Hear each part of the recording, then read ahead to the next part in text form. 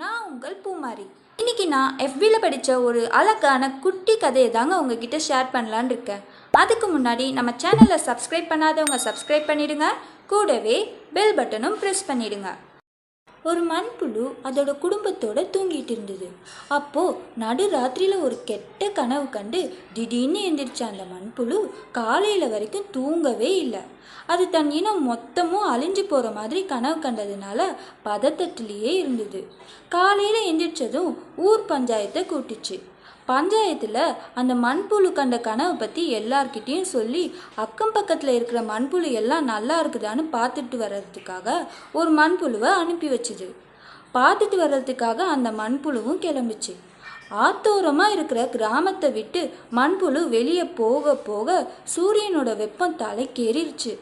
கண்ணு கெட்டின தூரம் வர மண்புழுவே இல்லை. பக்கத்து கிராமத்தில் தூரத்தில் ஒரே ஒரு மண்புழு மட்டும் மண்ணை கிளறிட்டு இருந்தது.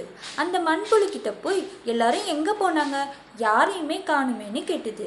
நான் கூட்டிகிட்டு போகிறேன் வான்னு சொல்லி அந்த மண்புழு ஒரு தண்ணி இல்லாத குட்டைக்கு கீழே மரத்தோட வேருக்கிடையில் கூட்டிகிட்டு போச்சு. வேருக்கிடையிலேருந்து நூற்றுக்கணக்கான மண்புழு வந்தது. இந்த ஊரில் இருந்த மொத்த மண்புழுவில் மிஞ்சி இருக்கிறது இவங்க மட்டும்தான்னு காட்டுச்சு. அந்த நூற்றுக்கணக்கான மண்புழுவும் விவசாய நிலத்தில் தான் வாழ்ந்துச்சு. மண்ணையே உணவாக சாப்பிட்றதுனால அவங்க உணவில் மண்ணை போடுற மாதிரி மண்ணில் ஏதோ ரசாயனத்தை கலந்து விட்டுட்டாங்க இந்த மனுஷங்க. அதை சாப்பிட்ட மண்புழு உடம்பு கருநீளமாக மாறி கொத்து கொத்தாக இறந்து போயிட்டாங்க.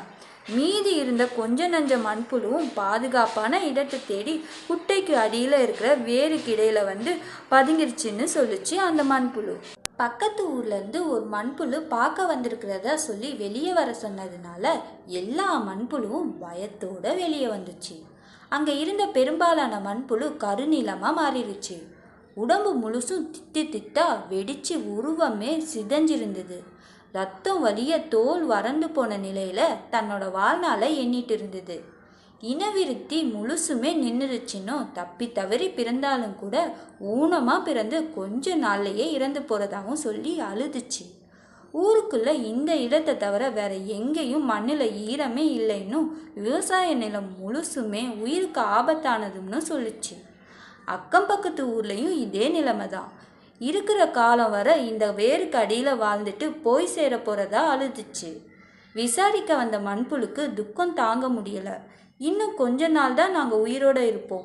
உங்கள் ஊரில் ஈரமான இடம் இருந்தால் இந்த குழந்தைய அங்கே விட்டுடுங்க, பிழைச்சிக்கும்னு ஒரு மண்புழு தன் குட்டியை கொடுத்துட்டு கண்ணீரோட வழி அனுப்பி வச்சுது. மண்புழுக்கு மட்டும் இல்லைங்க, இந்த மண்ணில் வாழ்கிற ஒவ்வொரு உயிருக்கும் மரண வாசலை திரண்டுட்டு இருக்கு இந்த மனித வாசம். ஆழமாக சிந்திச்சு பார்த்தா உங்களுக்கு புரியும். நன்றி. மீண்டும் வேறொரு நிகழ்வோடு சந்திப்போம். இந்த வீடியோ உங்களுக்கு பிடிச்சிருந்தா லைக் பண்ணுங்க, ஷேர் பண்ணுங்க, கமெண்ட் பண்ணுங்க. விவசாய நிலத்தை மீட்போம், விவசாயத்தை காப்போம்.